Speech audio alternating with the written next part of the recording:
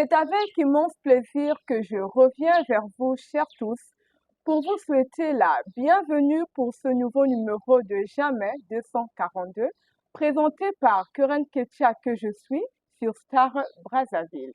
Bienvenue dans l'émission où nous vous informons de plusieurs faits de société. Et comme il est de coutume, je serai accompagnée de ma consoeur qui aura également la lourde tâche d'animer ce programme à mes côtés. Alors, je lui laisse le soin de se présenter à vous. Mbote Bana 242, ici Elisabeth. Je suis très ravie de vous retrouver sur la chaîne Star Brazzaville dans le cadre de l'émission Jamais 242. Restez avec nous car ça promet comme toujours. Bonjour Elisa. Bonjour Keren. Très heureuse d'être avec toi aujourd'hui. Moi de même. J'aime bien ta coiffure. Moi aussi j'aime bien ton maquillage. Merci. Alors, chers internautes, au sommaire aujourd'hui, nous allons décrypter les rubriques suivantes. À la une, dans lequel on vous informera que le Congo a été compté parmi les 12 pays interdits d'entrer aux USA, suivi de la rubrique La Découverte concernant la 5e édition de Toyekola. Ensuite, nous parlerons du dossier du jour avec le phénomène TISA. Est-ce un cauchemar pour les femmes mariées? Et enfin, nous allons clore avec l'avis des chroniqueurs. Alors, Elisa Bam, je reviens vers toi.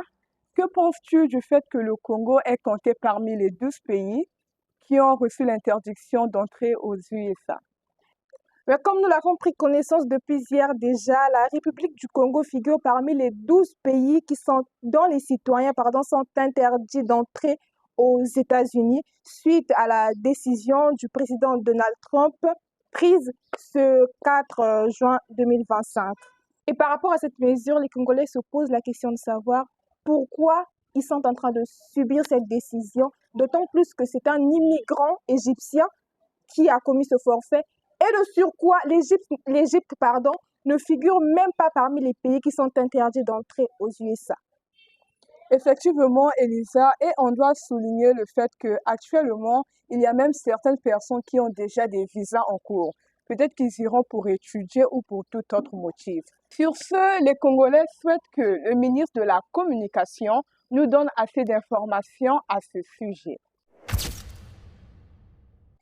À présent, place à la découverte concernant la 5e édition de Toyekola. Organisation musicale de renforcement des compétences, d'orientation et d'accompagnement en musique. Toyekola s'inscrit dans une démarche d'action culturelle en respectant la pluralité des besoins des impétrants. Toyekola ouvre ses portes à tout le monde, quelle que soit leur origine socioculturelle et leur héritage culturel.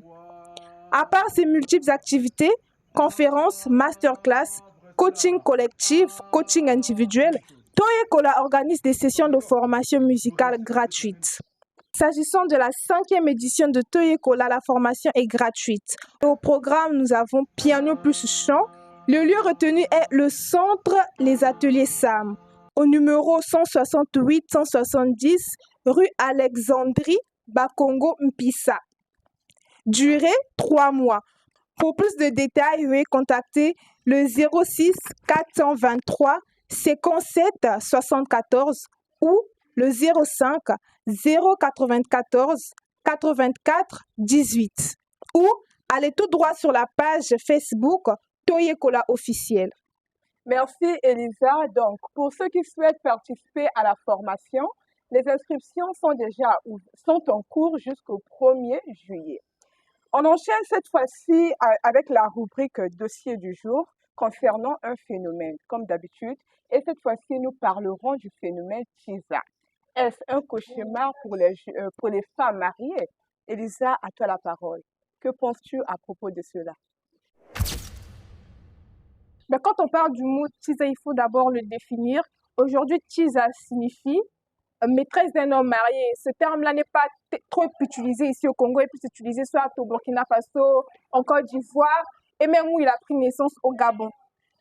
Ben moi, j'aimerais dire que oui, c'est un cauchemar pour les femmes mariées parce que c'est pas beau de voir que tu te fais tromper par ton mari. Ça devient un cauchemar parce que à un moment donné, ça fragilise les couples. Effectivement. Voilà. Donc, ça emmène des disputes dans les foyers.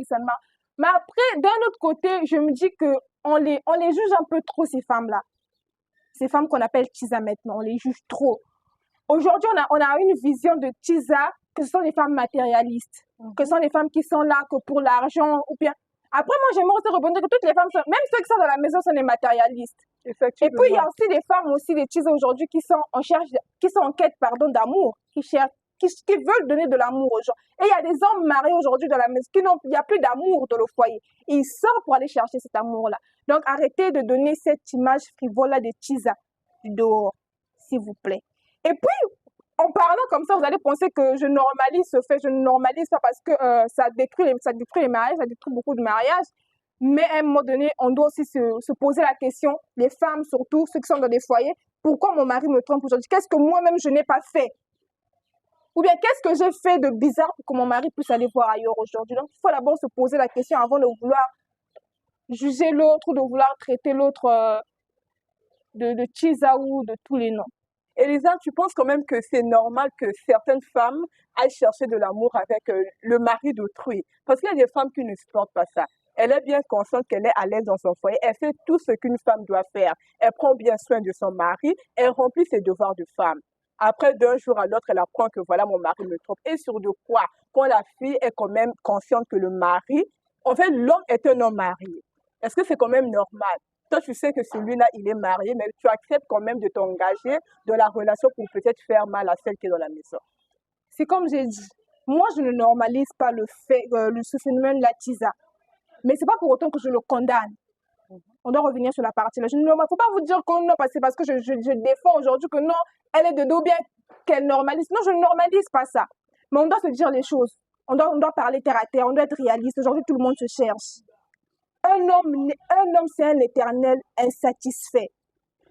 Aujourd'hui, si on a 100 hommes dans la société, on peut dire que 20 sont fidèles, 80% sont infidèles. La femme ne sera... je peux dire que c'est vilain de le dire, mais une seule femme ne peut pas remplir les besoins d'un homme. Tu trouves que c'est impossible? C'est impossible. Comment ça, c'est impossible? C'est impossible parce que, c'est comme tu as dit, la femme, elle se rend bien compte qu'elle fait tout à la maison. Tu as juste l'impression que tu fais tout à la maison, mais l'homme ne voit pas ça comme ça. Mais pour certains cas aussi, ça se fait. Il y a des femmes carrément... Non, tu as l'impression tout simplement. Non, mais le fait d'avoir l'impression, on voit bien la réalité. Écoute, tu ne connais pas tous les désirs de ton homme. Tu peux vivre avec une personne dans la maison, mais tu ne connais pas tous les désirs de la personne. Il y a des choses qu'il peut parler avec toi et tout en matière, mais il y a des choses qu'il ira dire peut-être avec Tisa. C'est Tisa qui va peut-être le compléter, mais je ne sais pas, on a tous vu ça ici. Donc, je peux dire que il y a aussi la partie où les hommes aussi doivent un peu d'arrêter d'abuser, voilà, doser un peu, mais la femme aussi doit se remettre en question. Je ne dis pas que c'est à cause de la femme que non, mais il faut quand même un peu se remettre en question. Aujourd'hui, quand il y a un souci dans le foyer, il ne faut pas seulement voir que non, il est parti chercher ailleurs, mais toi-même d'abord dans ta tête, qu'est-ce que tu as fait pour que ton homme parte ailleurs? Voilà. Et sur de quoi, sachez aussi, dès lors que tu acceptes d'être Tisa, reste dans ton coin, en fait, madame. C'est ça. Ne cherche pas à les déranger. Voilà. Tu es Tisa, oui, reste dans ton coin, que le gars s'occupe de toi ou pas, qui te satisfait, je ne sais pas, matériel ou mot commun ou pas, reste là. Ne va pas déranger celle qui est dans la maison, soit tu fais en sorte que le mari soit brisé afin que tu remplaces. Parce que là aussi, il y a un problème. Parce que de nos jours, les Tisa le font. Hein. Elle est là, elle accepte, elle sait que le gars est occupé. Mais elle a un but dans la tête pour qu'elle puisse remplacer un jour dans la maison. Mais parfois, elle ne sera pas aussi capable de prendre des petits, soit que les enfants chargent. Donc, elles doivent rester dans leur côté. Que tu manges ou pas, tu restes là, tu ne parles pas, ne dérange pas. Parce que c'est quand même rare de voir les femmes mariées sortir aller déranger les Tisa. Mais c'est souvent les Tisa là qui vont s'aimer palabre dans la maison des gens. En tout cas, c'est ça notre produit. Arrêtez de déranger. Et pour vous les hommes, si vous trouvez que vous êtes aptes à gérer 2 ou 3 gosses, c'est pas mauvais. Donc, soyez aussi capables à gérer ces femmes de telle sorte que chacune ne manque de rien. En fait, au moins le minimum. Que ces femmes n'aient pas l'idée d'aller, je sais pas, voir celle qui est dans la maison et puis semer le trouble. Donc, assumez vos responsabilités. À présent, nous allons clore avec la vie des chroniqueurs. Elisa, qu'est-ce que tu nous réserves? Eh bien, c'est l'histoire de Michel. Elle dit « Salut Star Brazzaville, je m'appelle Michel, j'ai 25 ans. Il y a un an, mon petit ami a été victime d'un grave accident de voiture qui l'a complètement paralysé les 2 jambes. Par amour pour lui, je suis restée à ses côtés durant cette épreuve. J'étais même allée m'installer chez lui pour prendre soin de lui pendant que sa famille l'avait tourné le dos à cause des dépenses que son état exigeait. J'ai dû faire 2 petits boulots en même temps et faire du commerce en ligne pour subvenir à ses besoins, mais aussi à ses soins médicaux. Par la grâce du bon Dieu, depuis le mois dernier, il a repris l'usage de ses jambes et je viens d'apprendre qu'il va bientôt se marier avec la fille d'un homme assez riche. Je suis tellement déçue que je n'arrive pas à surmonter la douleur de sa trahison. Une amie m'a conseillé d'aller voir un féticheur pour le jeter un sort aux pieds. À ma place, qu'auriez-vous fait? Ah, là, ça devient compliqué. Elisa, à sa place, que feras-tu? Ah, les coups de la vie. On va faire Du générique, les coups de la Il y en aura toujours. Vraiment. Après, Michel, ton histoire est très triste. En tout cas, c'est vraiment triste. Et ta douleur est légitime. Ta colère aussi est légitime. Mais moi, je te conseillerais de te calmer et de t'entourer de bonnes personnes. Parce que ta copine qui te dit d'aller lui jeter un sort là, de t'entourer de bonnes personnes et si possible, de pardonner. Pardonner pas pour le faire plaisir, non pas pour lui, mais pour toi-même, pour te soulager toi-même. pas faire Parce, autre chose. voilà. Parce que garder la rancune comme ça ne va pas te faire avancer. Voilà, tu as bien dit que tu avais pris soin de lui par amour et tout. Voilà, donc mets de l'eau dans ton vin, calme-toi, entoure-toi surtout de bonnes personnes. Lâche ta copine qui te dit de partir chez les féticheurs, là, c'est pas... Je me demande en fait si tu lui jettes un sort aujourd'hui et qu'il souffre, je pense que ça te fera encore plus souffrir de voir qu'il souffre. Donc la colère là, maman, laisse, C'est mieux de pardonne, laisser et de passer à autre chose. voilà. C'est Parce tout ce qu'on que peut te dire. toutes les fois qu'on fait du bien aux gens, on doit toujours pas s'attendre que les Voilà. gens soient reconnaissants envers nous. L'ingratitude, elle est comme ça. En fait, c'est quelque chose, c'est même pas quelque chose qui doit nous étonner. Que la personne soit reconnaissant ou ingrat, acceptons ça comme ça. Donc, c'est un peu ça. En tout cas, Michel Star Brazzaville te souhaite du Bon courage. En tout cas, beaucoup Que de Dieu te courage. fortifie surtout pour cette épreuve. D'accord. Chers internautes, notre émission tend vers sa fin. Donc, merci à l'équipe technique.